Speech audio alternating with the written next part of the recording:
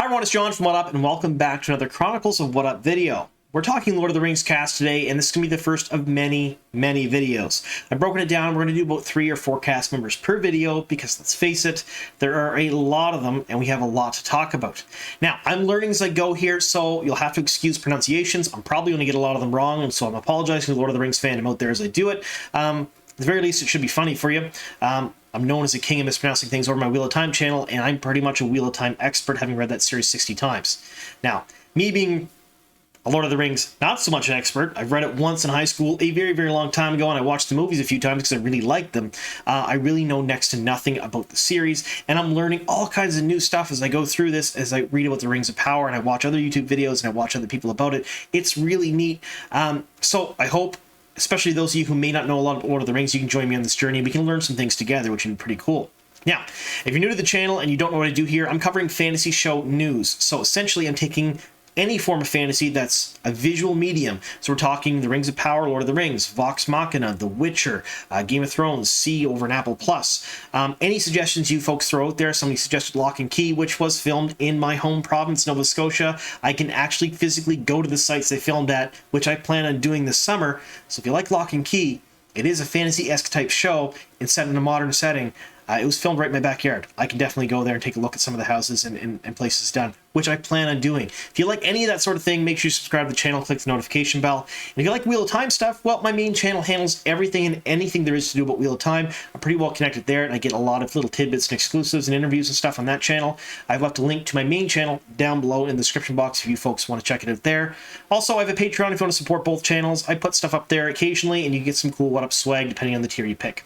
All right, I at this point normally do a spoiler warning, but I really have no idea what I'm spoiling or not, because let's face it, The Rings of Power is based on stuff that, you know, kind of was written but wasn't written. I really don't know. I've had it explained a couple of times to my Lord of the Rings experts, but basically it's by notes and different short stories and different things, and there's a bunch of different versions of things.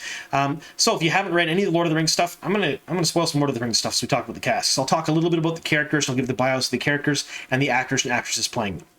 We're starting off with Benjamin Walker. Now, he's going to play Gil Galad in the Lord of the Rings Rings of Power show. And again, I'm going to mispronounce a bunch of stuff. It's just going to happen. So kindly, if you don't mind, correct me in the comments down below, or don't, or make fun of me, whatever you want.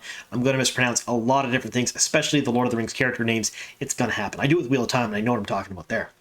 All right, so if you don't know who Benjamin is, he is a U.S.-born actor. He was born in '82, so he's not quite 40 yet. He'll be turning 40 this year, and he studied at the Interlochen Academy for Arts in Traverse City, Michigan, and then went on to study at Juilliard. Now, his big break for acting came in around 2007 on Broadway. He did a few Broadway plays and was very good there. Then he kind of broke into the film industry and did a couple of things. Flags of Our Fathers, you may recognize him from there, but where I recognize him from is Abraham Lincoln Vampire Hunter. Now, if you don't know that movie, it is an absolute cult classic. I definitely recommend you go watch it. I had a great time with it, and he played Abraham Lincoln in that movie. Now, like I said earlier, he's playing Gil Galad, and who is Gil Galad? Now, I had to do some research on this, like every other character for Lord of the Rings, because I really don't know who they are.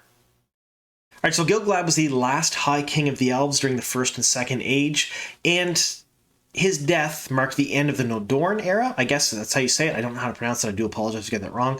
But he's the one who united all of the elves and men against Sauron in a big battle that we see at the beginning of the Lord of the Rings trilogy by Peter Jackson. So I think Gil Galad there was played by Mark Ferguson, another actor, of course, but we did get to see little shots of that. Now, he lived to about 3,000 years old, which is crazy to me. I mean, I don't know a whole lot about elves and Lord of the Rings, but that seems like a long time. Maybe they live forever. I don't know. Let me know in the comments down below. Like I said, I'm doing this channel to learn as much as I can about other fantasy as well, and so far from what I read about Lord of the Rings, it's pretty interesting. All right, up next we have Charles Edwards, who plays Celebrimbor. I hope you guys are, finding me pronouncing these things kind of fun. He's a UK actor who's been acting since 1988. He was born in '69, so he's been acting a very long time. We're talking like 34 years now. That's a long time. Now, he's very experienced. He's done a lot of TV. He's done a lot of film, done a lot of stage acting and whatnot. He's really good at his craft, and he's excellent in no matter what type of role he plays. Now, he's probably best known for two different roles that you're going to recognize him from. One is a Wayne Enterprises exec from Batman Begins in 2005. The other one is Mr. Jenkins from The Witches in 2020. Now, that was a pretty good movie, one I recently seen with my children, so I actually did recognize him when I saw him, but I didn't know where I knew him from, so I had to go back and look at his IMDb, and I was like, oh yeah, I recognize him from The Witches. Now, he's playing Celebrimbor. Now, Celebrimbor is another elf, so we're kind of keeping in the elvish theme here. He was a prince, the last line of his house, who lived in Middle-earth, and he was a ruler during the Second Age and a master smith. So he's best known for creating 3 of the Rings of Power. I'm going to attempt to pronounce them here. Nenya, Vilvia, and Narya. Maybe I got him right. I have no idea. And he also made one of the elf stones that was given to Galadriel, who later gave it to Aragorn, and you've probably seen that during the Lord of the Rings trilogy in the movies. Now, again, I'm new to the Lord of the Rings fandom. I don't know a whole lot about anything, but we're going to continue on with the next actor in the list here, and I'm going to continue to learn. All right, so the last actor we have is Charlie Vickers. He's relatively new to the acting game. He started acting in 2018. He's probably best known for his role in Medici. He's been in a few episodes of that television series, but he's done just TV at this point. Now, he's going to play the character Halbrand. All right, so as far as I can tell, Halbrand is a made-up character. That means he's non-canonical. He's not in the book series. And let's face it, I guess there's not really a book series about what's happening in the Rings of Power. It's a lot of notes and histories and stories and things like that. Some of them come from conflicting sources. So the only thing I was able to find out about this character was that he was from the race of men and that he probably meets Galadriel. That's all I know. Kind of interested to see how they do this. Now, a lot of you know at this point that I cover Wheel of Time exclusively on my other channel, and I am a Wheel of Time expert. I know everything and anything there is to know about that fantasy property. Absolutely everything. And I can tell you what they did with the first season was they took the first book and they cut large swaths of it out. They changed things around. They introduced brand new characters. They amalgamated other characters. They changed when characters come in. They changed whole storylines. And they did it to fit a narrative that's going to compress a 15-book series into 7 or 8 seasons. So they have to cut a lot out, and they had to showcase a lot of things early. In doing so, they cut some pretty fan-favorite things out of the books, shifted some things around, made some people angry, but they made the Wheel of Time show the way it is right now. So, I mean, from what I'm getting, and the kind of the feeling I'm getting from Lord of the Rings fandom as I'm kind of dipping my toes in here just a little bit, is that they're sort of kind of doing the same thing, taking information from conflicting sources in some cases, changing things around, adding things, taking things that happen over multiple ages, time compressing them down, shifting the story. So let me know in the comments down below what you guys think of that. How do you feel about that stuff being changed? I mean, we are getting to see it on the screen. I'm excited and happy for it, but I know almost nothing about the source material, so I'll probably enjoy the show for what it is.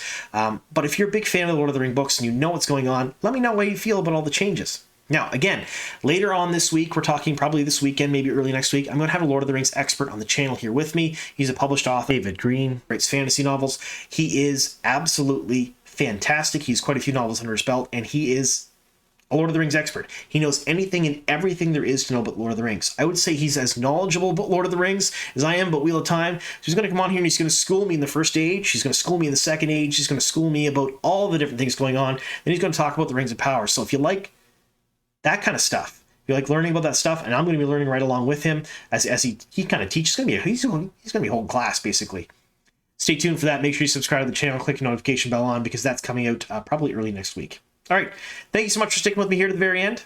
Here's to many more.